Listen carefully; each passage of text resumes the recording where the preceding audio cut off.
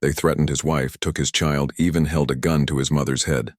All to force one man, an African bodyguard loyal to his people, to poison the president he swore to protect. But they made one mistake. They underestimated his heart. What follows is not just a story of betrayal and courage. It's the unraveling of a global conspiracy designed to control a nation from the shadows. For those who still believe in honor, justice, and the power of standing your ground when the world wants you to kneel, this story will remind you why some men are simply unbreakable. Because when they tried to use his family against him, they awakened something they could never control. The gun was already in Malik Wedego's mouth when the phone rang. His hand trembled. His wife's voice, terrified, muffled by a gag, crackled through the speaker. Then the line went dead. That was the third time they'd let him hear her scream. The first time was his son, the second his mother, now his wife. The message was clear. They were alive barely, and time was running out. Malik dropped the pistol. His knees hit the concrete floor of his tiny barracks room. He wasn't a coward. He'd fought in the north against jihadists, stared death in the face. But this was different. This wasn't a war. It was a trap. And he was the bait, a respected member of President Ibrahim Traoré's elite protection unit. Malik had once sworn to take a bullet for his leader. Now he was being forced to kill him. They didn't tell him who they were. They didn't need to. He knew. Their accents were clean, their orders cold, their leverage absolute.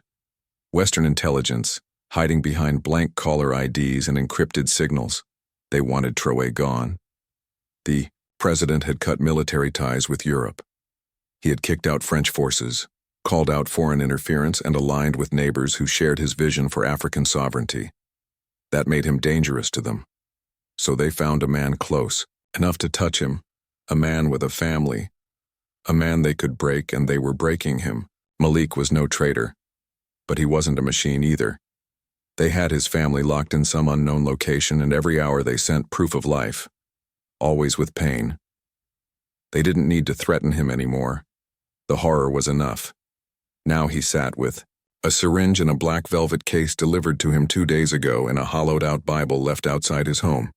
Odorless, tasteless, fast. All he had to do was slip it into the president's tea. It would look like a heart attack. There'd be confusion, investigation, but no trail back to him.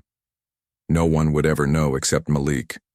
He would carry that shame to the grave. He walked into the presidential compound like a ghost.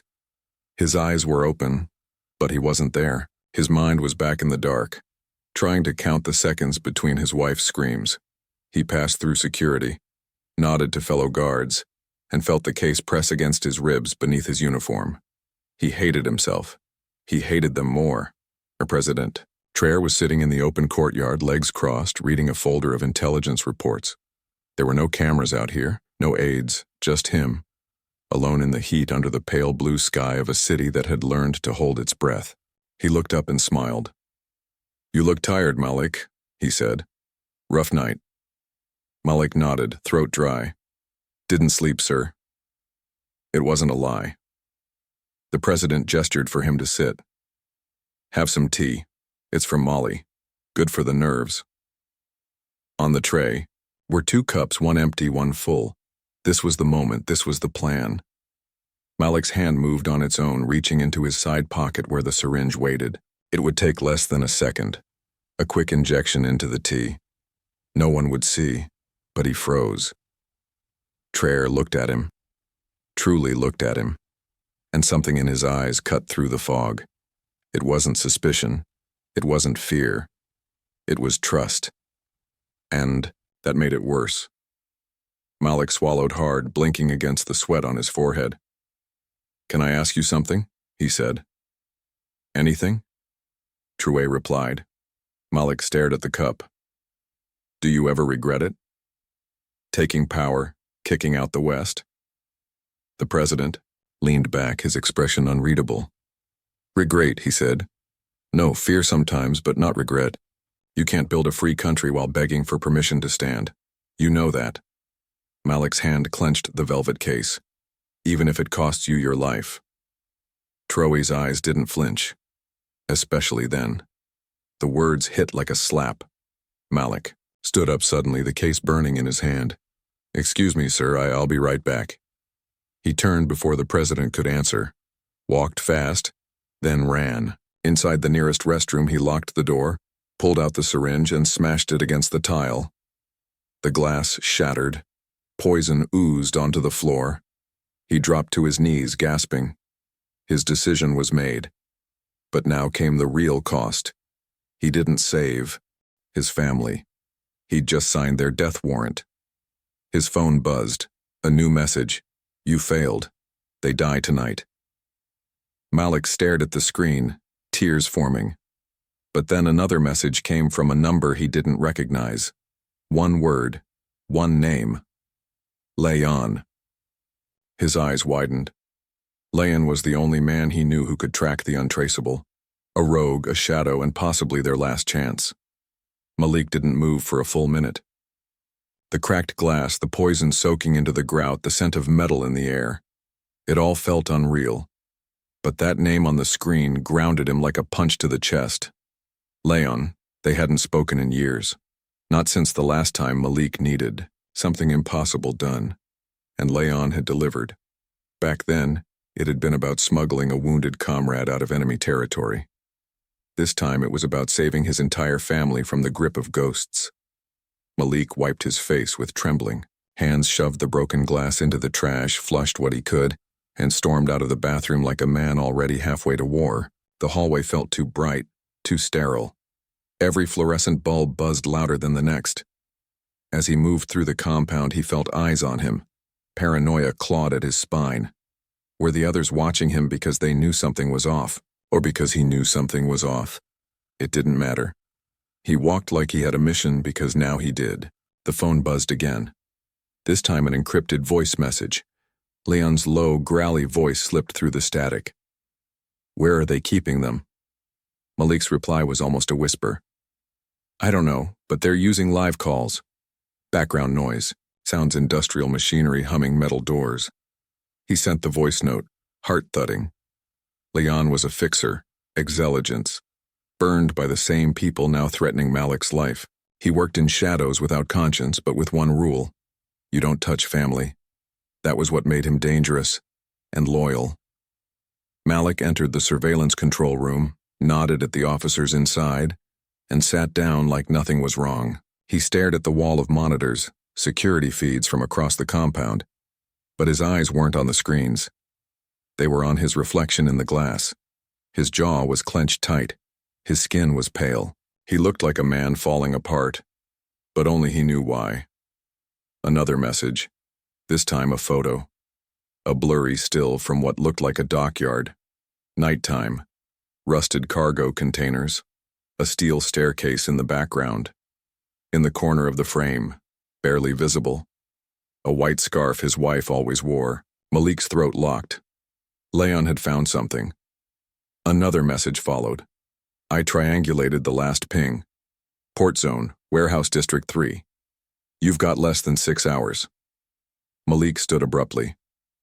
Stomach trouble, he muttered to the officer beside him and left the room before anyone could ask questions as he stepped into the blinding heat outside. Something sharp brushed against his awareness.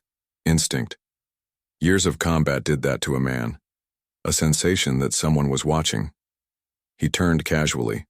Across the courtyard, a man in civilian clothes leaned against a utility truck. Slim build. Pale skin, wearing sunglasses even though there was shade, smoking a cigarette like it meant nothing. But Malik felt it. That guy didn't belong. He looked like background filler, but too clean, too still, not a mechanic, not military, probably the handler or a watcher sent to ensure Malik did the job. Malik's blood ran cold. He nodded once, pretending not to notice, and walked the long path out of the compound, each step pressing the weight of the world deeper into his spine. He texted Leon. They've got eyes on me. I'm compromised. Leon responded with a single word. Decoy.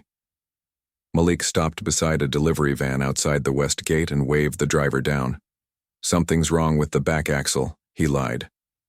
The guard turned his head for just a second, and that was enough.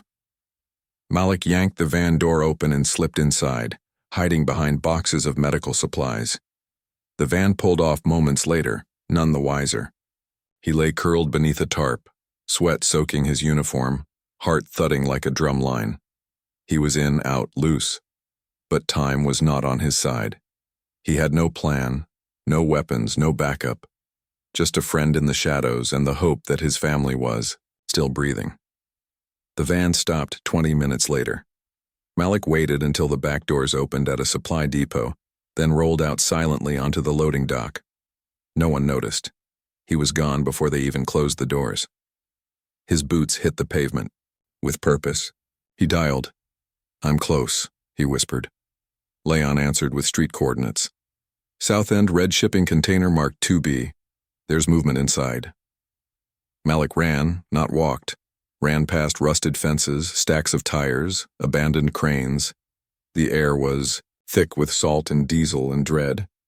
He turned a corner, heart pounding, and there it was. A red container. 2B and 2 men guarding it, armed, not local. Malik ducked behind a stack of pallets. His hands shook. His family was in there and 2 men stood in the way. His throat dried.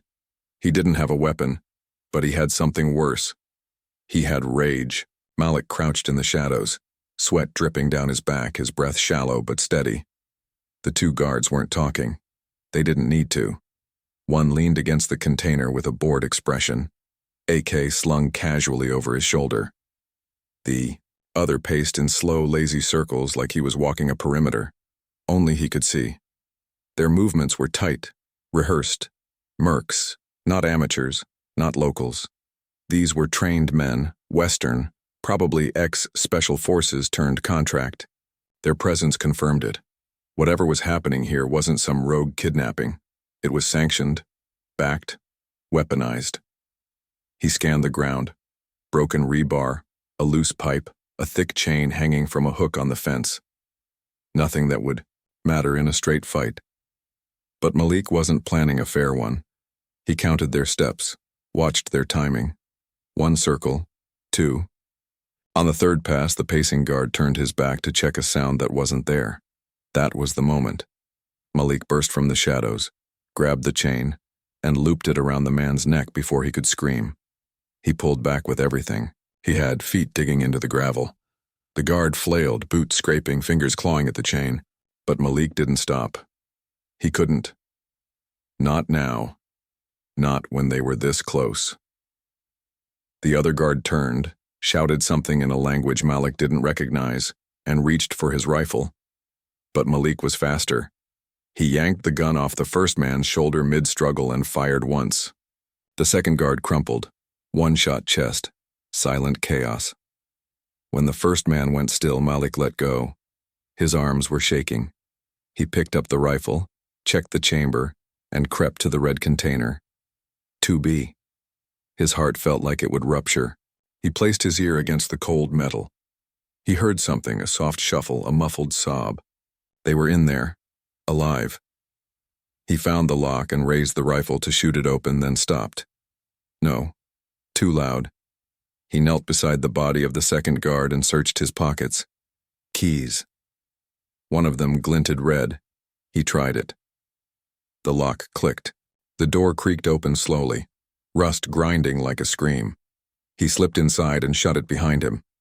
It was dark except for a thin shaft of light from a bullet hole near the top. His eyes adjusted. There they were. His wife, Illa, her wrists zip-tied, her face bruised but burning with relief the moment she saw him. His son, Jamal, no older than 6, curled beside her crying quietly. His mother barely conscious, lying in the corner. Malik dropped the gun and dropped to his knees. He couldn't speak. He just held them like he was trying to keep them from vanishing. Layla whispered, "I knew you'd come." Malik shook his head, tears finally spilling. I almost didn't. There wasn't time to break down. He cut their ties with a knife from the first guard's belt and helped them to their feet. We have to move now. Layla looked toward the door. There's more. I heard them talking. They're expecting something to go wrong. They said if you fail, there's a second team at the presidential compound. Malik froze. A kill team. Layla nodded to finish the job if you don't. His blood turned ice cold. That meant the plan didn't hinge on just him. He'd been plan A. But there was a plan B and it was already in motion. He grabbed the rifle, handed a pistol to Illa. She didn't even flinch and helped his mother to her feet. "We're getting out of here," he said, voice still now. "But I have to go back." Layla's grip on his arm was desperate. "No, Malik, don't. They'll kill you." "They'll kill him," he said quietly, "and they'll destroy this country if they do. I don't have a choice." Layan's voice came through his earpiece before he could say more. Extractions 5 minutes out. South Alley, unmarked SUV. "You going back in?" "I have to," Malik replied. There was a pause. "You're not just saving your family, are you?" "No," Malik said, eyes hardening. "I'm saving the only man left who believes in this place." Layan's voice softened. "Then move. I'll guide them out. Go do what you have to do." Malik handed Illa the earpiece. "Follow his voice. Don't stop. Don't look back." She looked at him like she was memorizing his face. He kissed Jamal's forehead, kissed his mother's hand, held Illa's gaze for one last second. Then he stepped out into the light with nothing but a stolen rifle, a heart full of fury, and a single goal. Get back before the kill team does or die trying. Malik ran. His boots pounded the gravel as the warehouse district blurred past him, containers stretching like a steel maze under the unforgiving Sahel sun. He didn't care about noise anymore. Stealth was over. Time was bleeding out. Every second he wasted was another inch of opportunity for the kill team to get to Traoré. He jumped a chain-link fence, landing hard on the other side, pain jolting through his knees. He didn't stop. The city rose up around him, smoke in the air, sirens in the distance, the hum of a place too used to chaos to be surprised by it anymore. His phone buzzed. A message from Leon. "They're moving. 3 SUVs headed to the compound. You've got less than 20 minutes." Malik didn't respond. He couldn't. His lungs were burning, his hands were numb, but his mind was on fire. He darted into an alley, ripped off his sweat-soaked uniform jacket, and tucked the rifle under his shirt like a madman hiding guilt. His heart pounded so hard he thought it might break through his ribs. He flagged down a motorbike taxi with a wave that was more a command than a request. The rider looked at him, hesitant. Maybe it was the rage in Malik's eyes. Maybe it was, the gun half hidden beneath the cloth. "Presidential compound fast," Malik barked. The man blinked, nodded, and kicked the engine to life. Malik jumped on, and the bike roared forward, weaving through congested streets with terrifying speed. Every red light was ignored, every horn a blur behind them. The wind blasted his face, drying the sweat but not the fear. He thought of Illa, of Jamal's little hands clutching his sleeve, of his mother's shallow breathing in that cold container. And then he thought of Ibrahim Traoré, calm, steady, sipping tea in the courtyard, trusting him with every fiber of his being. That trust was sacred, and Malik was done letting cowards twist it. The compound came into view. He leapt off the bike before it even stopped, threw money at the driver, and sprinted toward the back gate. 2 guards raised their weapons, but then they recognized him. "Captain Wedriogo, what the hell, no time." Malik snapped. "I need access to the West Wing now." For they hesitated now. The taller one nodded and pressed the buzzer. The gate clicked. Open. Malik slipped inside, rushing through back corridors past soldiers and aides and surveillance operators who stared as he passed. No one stopped him. Maybe they saw the urgency in his face. Maybe they were used to the chaos. His earpiece crackled. Leon again. "SUVs just pulled in from the east. You've got minutes. They'll be dressed like aid workers. Security won't question them." Malik pushed open a door into the main courtyard. It was empty. Too empty. His heart sank. He called into his radio. "Where is the president?" Silence. Then, "Sir?" He moved to the situation room, briefing with intelligence. Malik was already moving. He tore through hallways, up a flight of stairs, past stunned junior officers. His legs screamed in protest. He didn't care. He reached the situation room just as two men in gray jackets were being waved through the double doors. He knew immediately. They walked too smooth, too aware. No hesitation. Western trained. One of them turned slightly, just enough to glance back, and Malik saw the small bulge under the jacket. Not a document, a sidearm. Malik shouted, "Stop them." The guards hesitated. The two men reacted instantly. One reached into his coat. Malik didn't. He tackled the first one before the gun cleared the holster, slamming him into the floor, elbow to the throat, ripping the weapon free. The second lunged, gun raised, but Malik fired first. The shot echoed like thunder. The second man dropped. Blood on the floor. The hallway exploded into chaos. Guards shouted. Alarms blared. The first man gasped under Malik's weight. "You don't know who you're protecting," he hissed. Malik leaned in close, voice low and shaking. "You don't touch family, you don't touch Burkina Faso." He slammed the butt of the pistol into the man's temple. Silence. Then a voice from the hallway. Calm, steady, familiar. "Malik." He looked up. President Ibrahim Traoré stood in the doorway, his face unreadable. Behind him, intelligence chiefs, bodyguards, aides, all frozen. Malik rose slowly, blood on his shirt, weapon in hand. Trey met his eyes. "You gonna tell me what the hell is going on?" Malik exhaled, chest heaving. "I just saved your life, sir." Traoré didn't blink. "Start talking." Malik stood in front of the president, his chest still rising and falling like a man who had sprinted through hell just to arrive at the gates. Blood stained his uniform. A pistol hung heavy in his hand. Around them, the situation room was frozen in disbelief. No one spoke. Even the air seemed to wait. President Traoré stared at Malik, not with panic, not even suspicion, just a deep, commanding silence that somehow made Malik feel even more exposed. Finally, Traoré stepped forward and spoke low, measured. "You have 10 seconds, Malik, and I hope to God you use them wisely."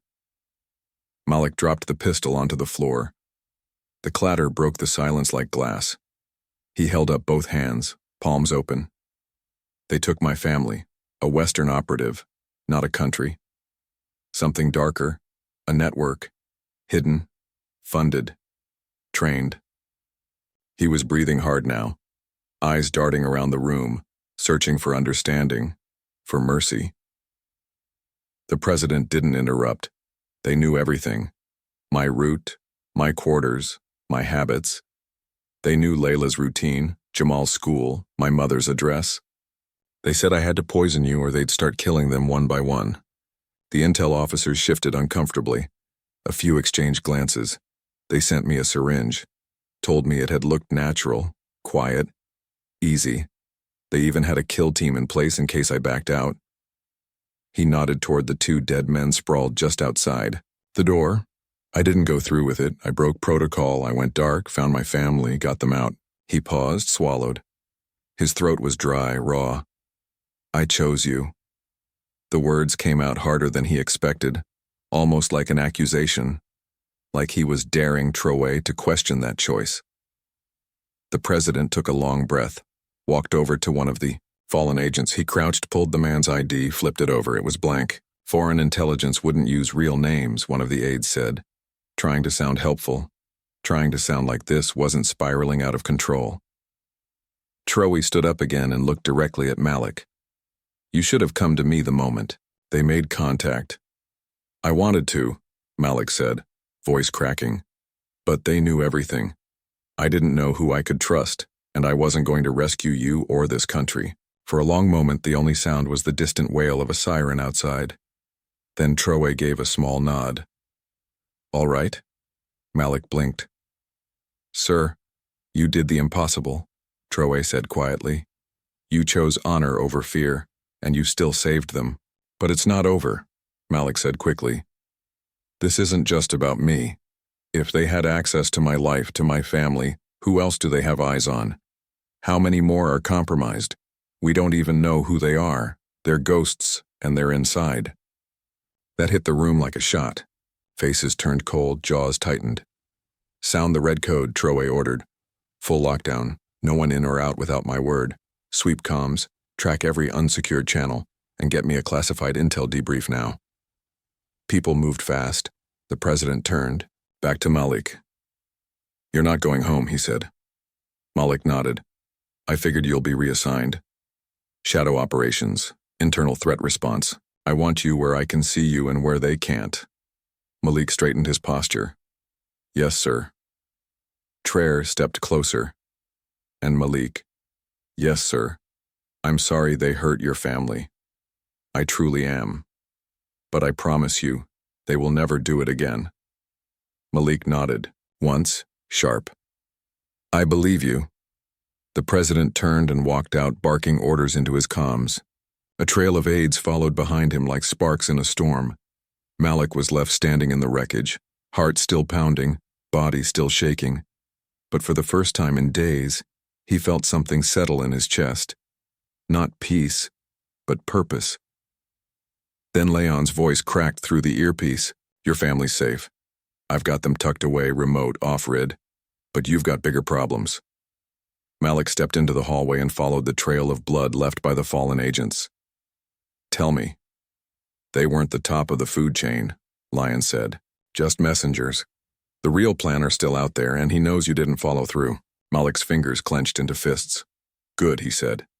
Let him come. The sun was beginning to set, but the compound didn't slow. If anything, it pulsed harder, brighter, more alive. Soldiers moved with urgency. Communications officers sprinted between offices. Doors opened and slammed shut in a rhythm that felt like war drums. Malik moved through it all like a phantom, back in uniform, but not the same man. His family was safe. His betrayal had been avoided. But now the enemy knew he was still breathing. That meant retaliation.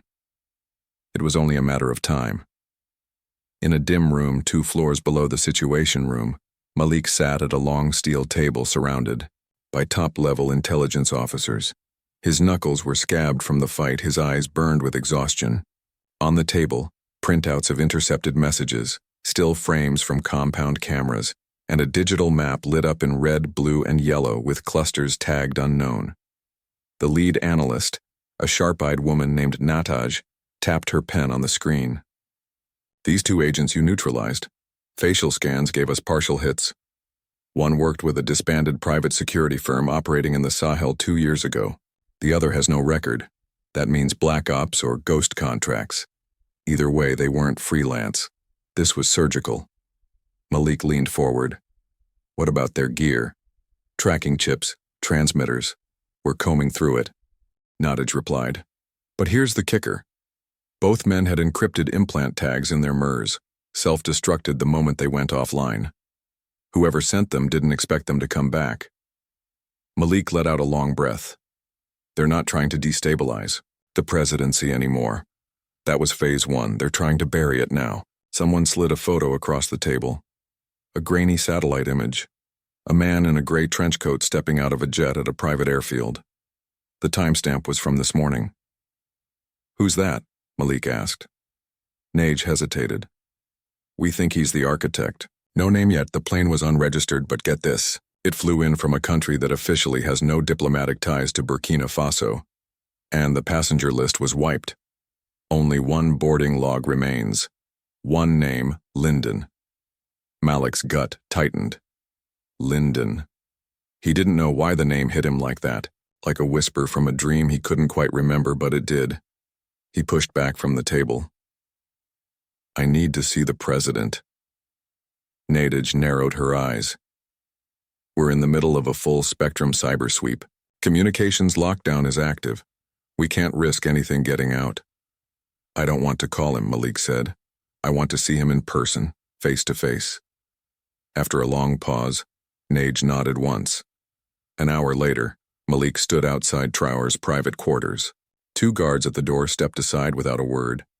Inside, the president was standing at a narrow window, hands clasped behind his back, looking out over the city that had become both fortress and battlefield. He didn't turn around when Malik entered. I heard you wanted to talk, Traoré said. Malik nodded. Sir, we have a problem. A name came up, Lyndon. No file, no affiliation, but they sent him here for something, and they erased everything behind him. Traoré turned. That name isn't new to me. Malik's heart skipped. Traoré walked slowly toward the desk and pulled open a locked drawer. From it, he produced an old, faded file. The paper was yellowing at the edges. He dropped it onto the desk. He worked inside a peacekeeping advisory council 10 years ago attached to international aid. That was his cover.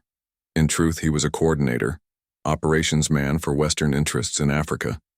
Not military, not diplomatic, just quiet.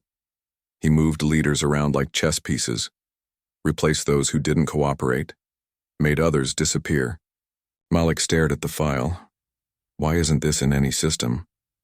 Because we wiped it ourselves, Traoré said before the coup, before I took power. I thought we burned his reach with it.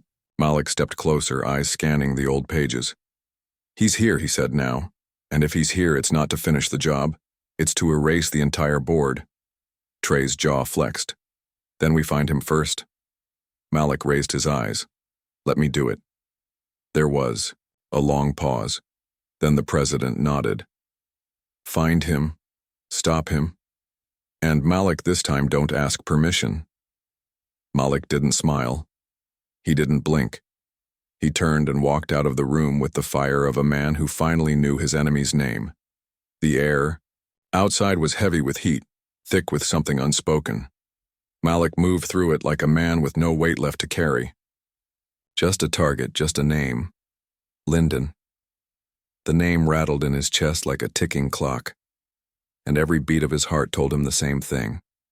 This wasn't just revenge. It was a message.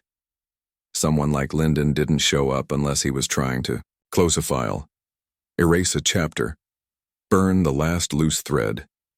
That thread was Malik and maybe Traoré and maybe this whole damn country. Back in the operations center, Leon was waiting on a private line, voice sharp and low. I did some digging. Lyndon's not just in country. He's already moving. Met with someone last night. Civilian cover, European diplomat, full immunity badge. 2 hours later, 3 military contracts in the South were canceled. You feel that? Yeah, Malik said. Panic? No, Leon replied. Preparation. He's not cleaning up. He's staging something. Whatever they couldn't finish with poison or a bullet, they're going to bury under a fake revolution. Malik didn't respond right away. His mind was running fast. Where would he go? Leon paused.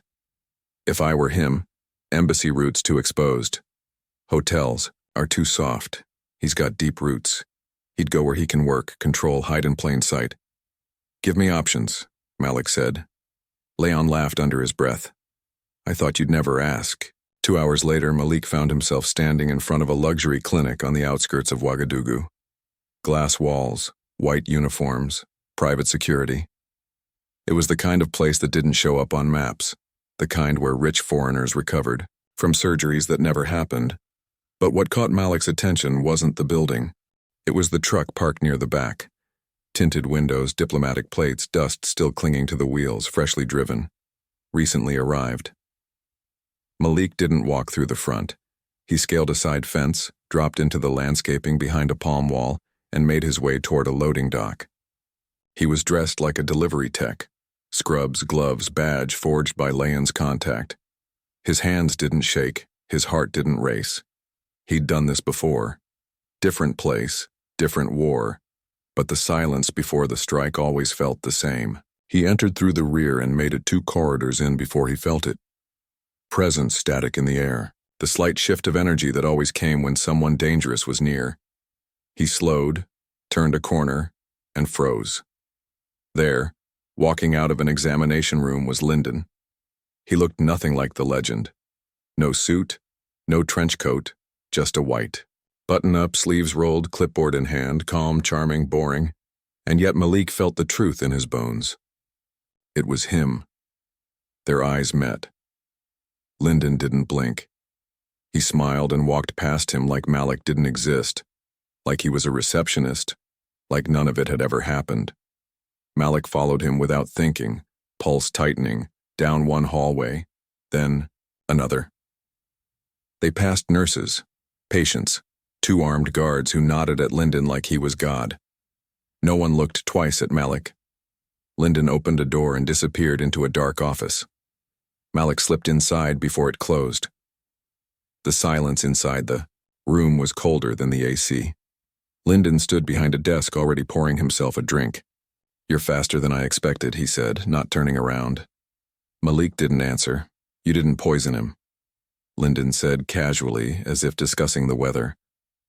"Shame would have saved everyone so much trouble." Malik stepped forward. "You hurt my family." Lyndon turned. "No, you hurt your family, Malik. By choosing loyalty over pragmatism, we gave you an out. You didn't take it." Malik's hands balled into fists. "You sent a kill team. We sent insurance. You don't get to explain this." "Like it's strategy," Malik snapped. "It is strategy," Lyndon said, stepping closer. "You think this is personal?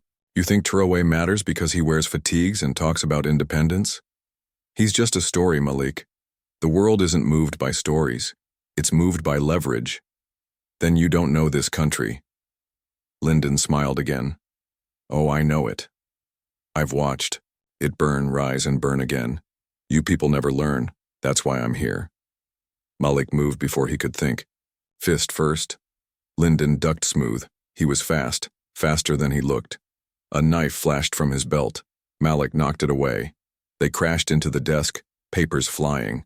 A punch to Malik's ribs, sharp. He grunted, grabbed Lyndon by the collar, slammed him into the glass wall. It cracked but didn't break.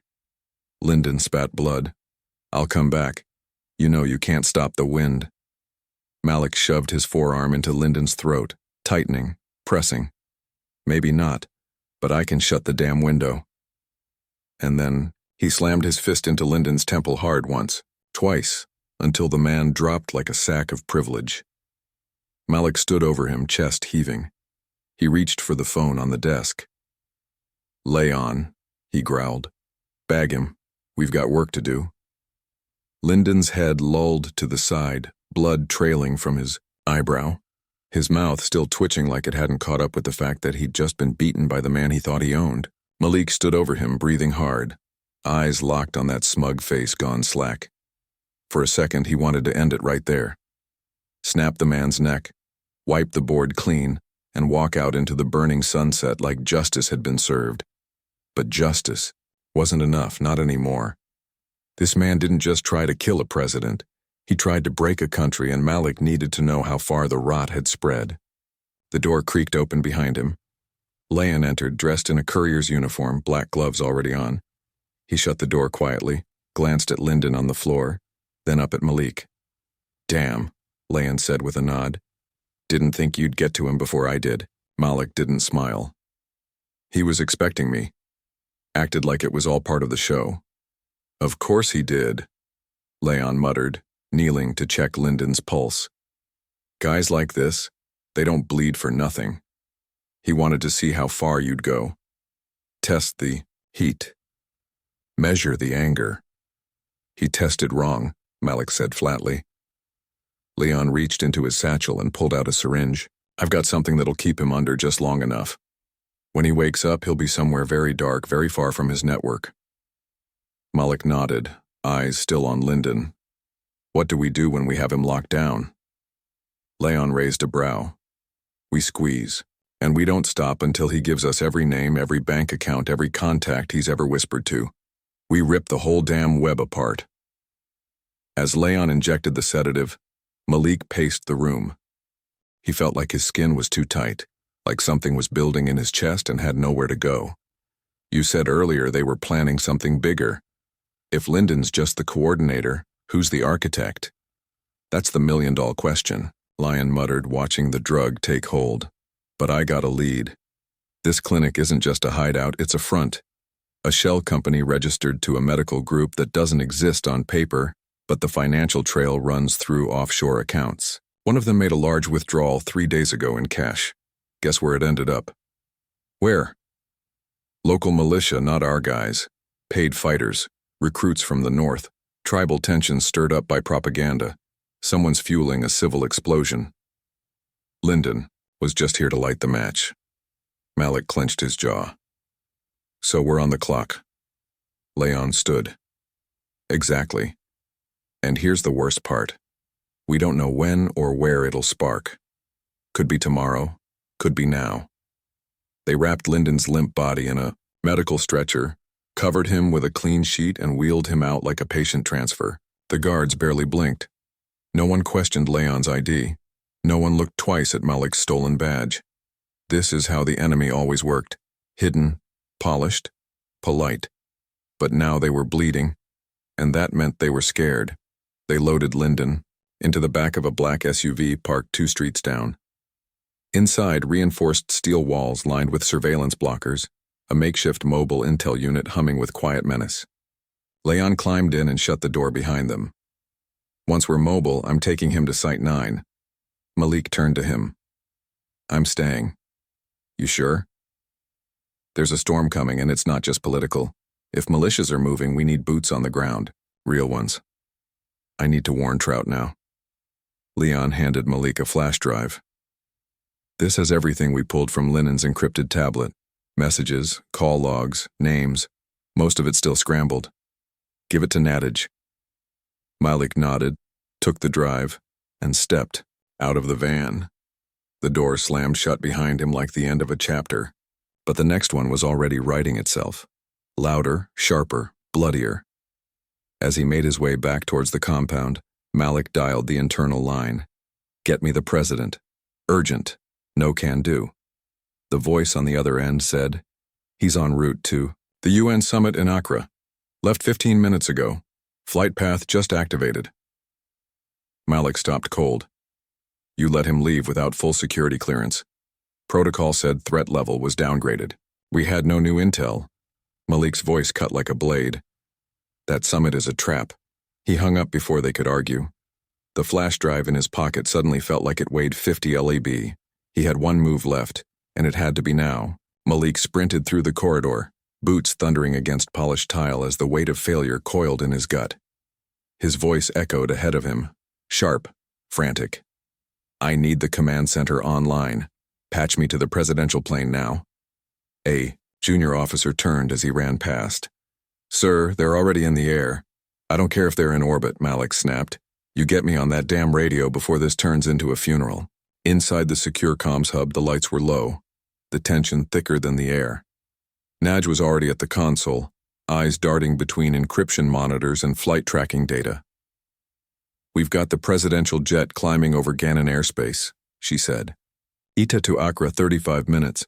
Do we have a way in? Malik asked, already tossing the flash drive onto the desk. I'm working on it, she said, fingers flying over the keyboard. But this plane's got Ghost Protocol active.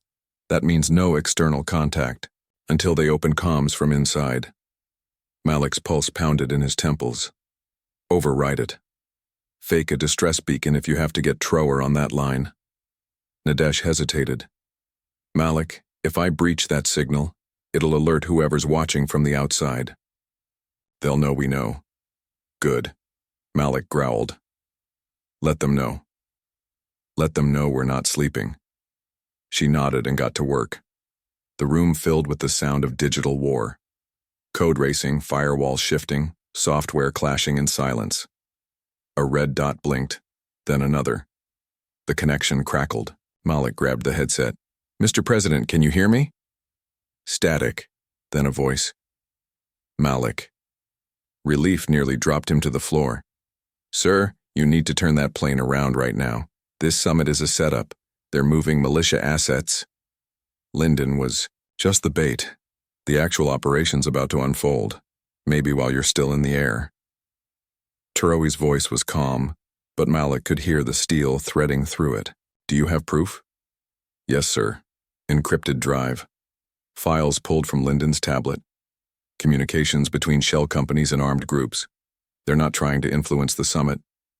They're planning to take you out before you ever land. Traoré went quiet.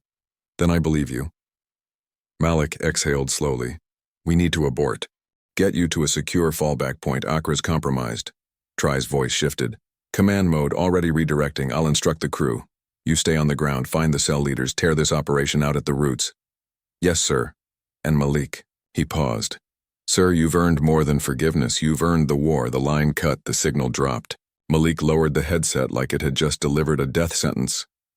Nottage turned to him. We're tracing militia traffic now. Northern clusters are moving south fast. Looks like synchronized deployment. Could hit multiple cities within hours.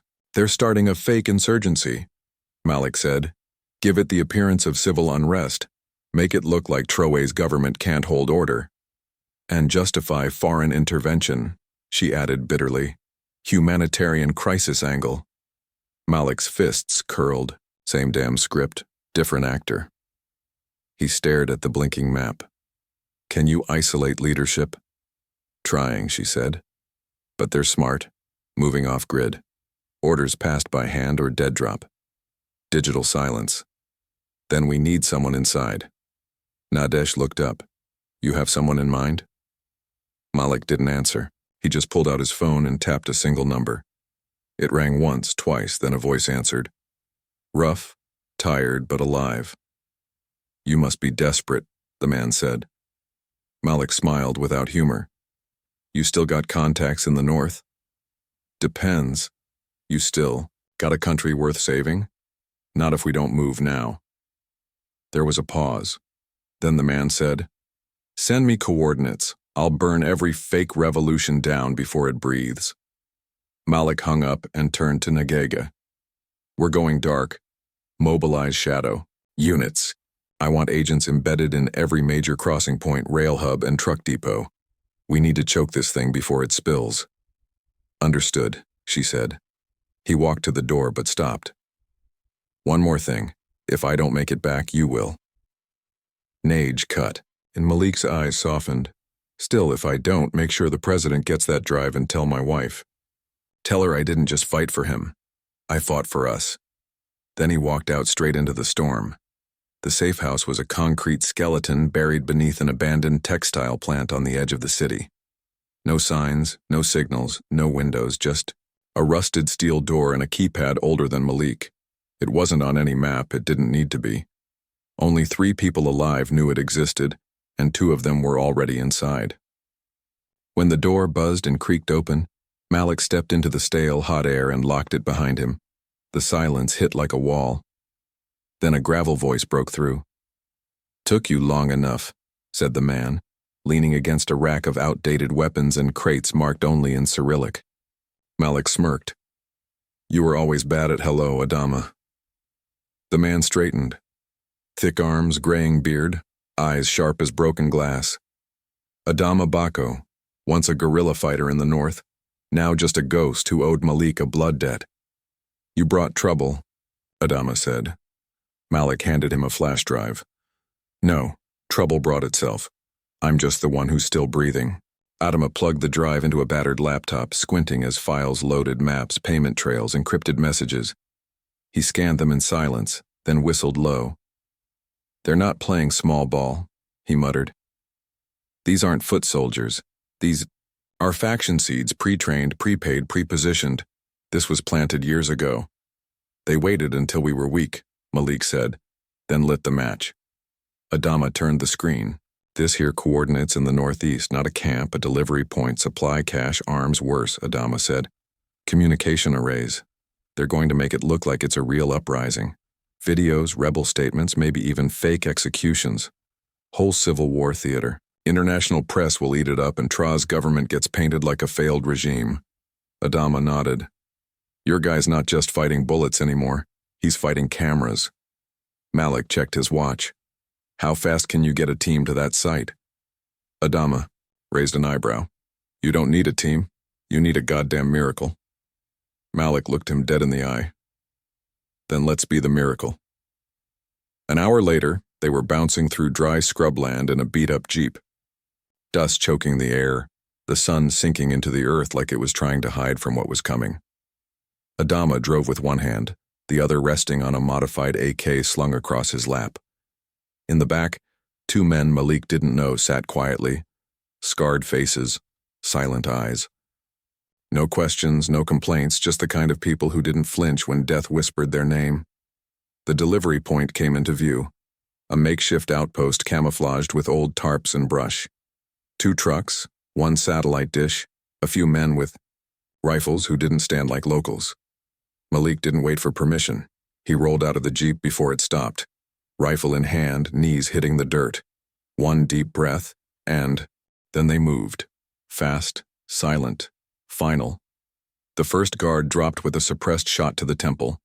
The second didn't even get to raise his weapon.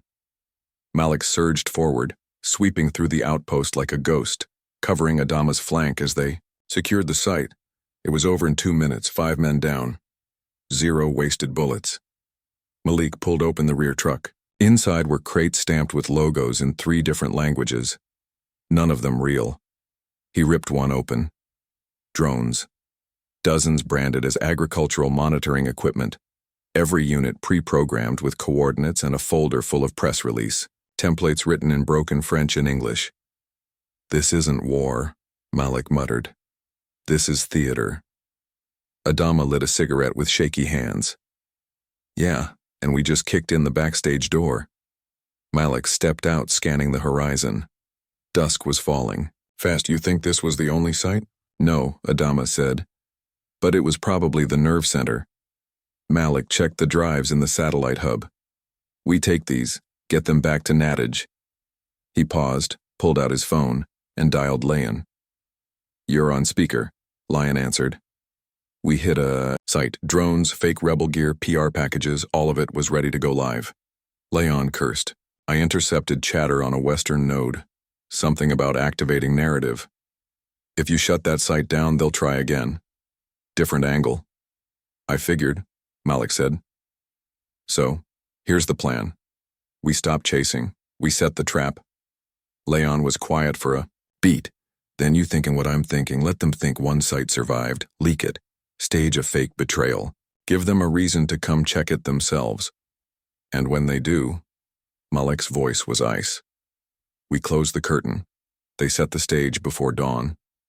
The fake outpost, carefully constructed on the remains of an abandoned telecom tower, looked exactly like the others. Half-covered crates, a flickering satellite dish, and just enough dirt-smeared tarps to make it all feel real. Malik stood on the perimeter, squinting into the morning haze as dust swirled across the red earth. He felt it in his bones, the calm before someone else's storm. Adama approached with a battered tablet in hand.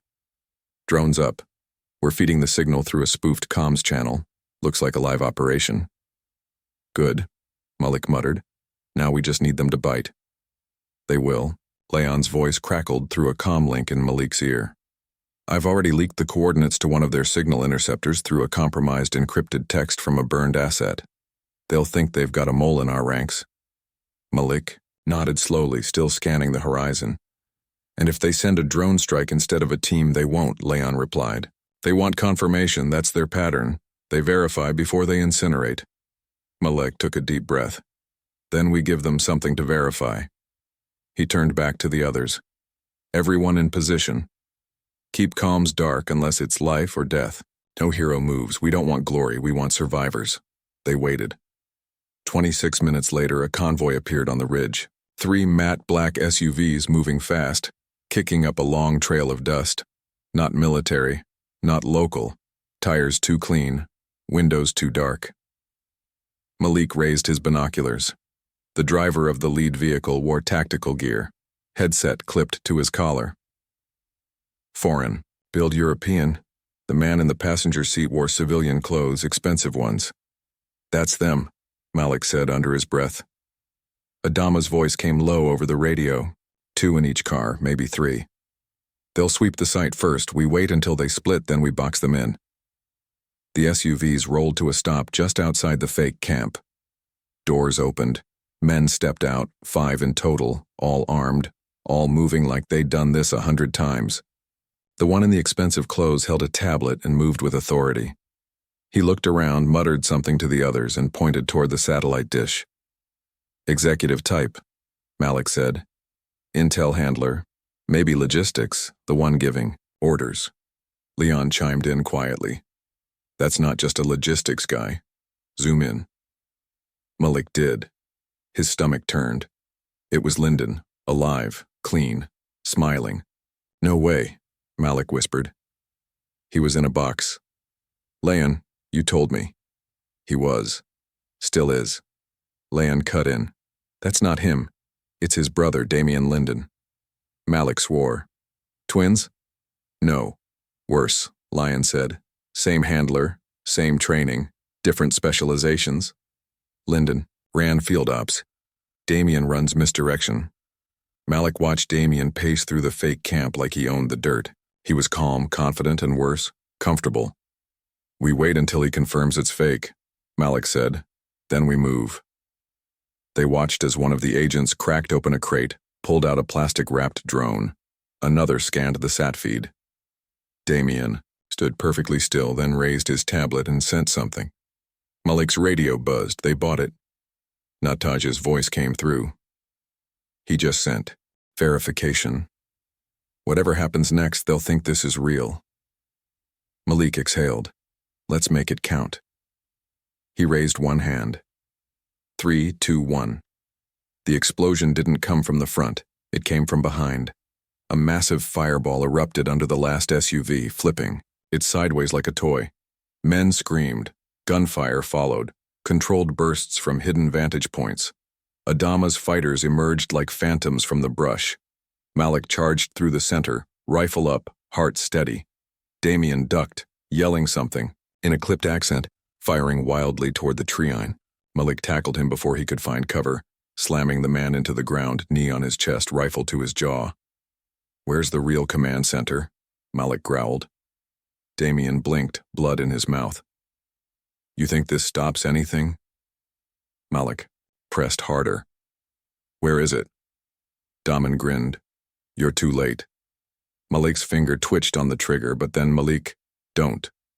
Adama's voice firm. He turned. Adama approached holding a bloodied sat phone ripped from the hand of one of the agents. This just got a call before we blew the SUV. It was incoming from somewhere inside Ouagadougou. Malik's eyes narrowed. There's another layer.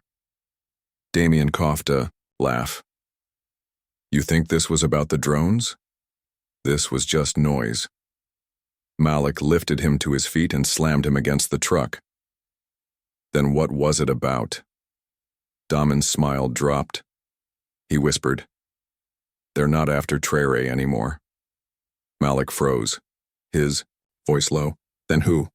Damian leaned in, his breath shaky, amused. His replacement.